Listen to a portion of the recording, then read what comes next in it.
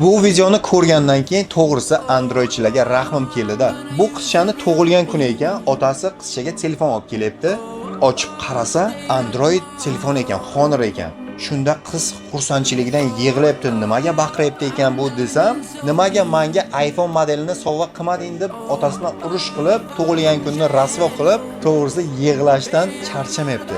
Yana bir videoni xuddi shu holat. Buni ham tug'ilgan kun ekan, uydagilari iPhone'ni bilasizlar, hozirgi kunda maydagina kichkina igrushka telefoni. Faqat aloda qilsa bo'ladi, lekin ishlamaydi. To'g'risi, tan olish kerak, qizcha olyapti. Reaksiyasini ko'ring uni, shunaqa xursand bo'lyapti. Mana shu almachasi bo'lgani uchun shunchalik xursand bo'lyapti. Shunda bildimki, iPhone bilan Samsungning darajasi boshqa xil o'rin ekan. Shundan keyin ham siz maqtagan Android telefon zo'r bo'lyaptimi yoki legendarni kichikina ishlamasa ham Apple telefonini? Kommentariyada o'z fikringizni yozib qolishdan chiqmasin. Bizga obuna bo'lib qolish ham esdan chiqmasin.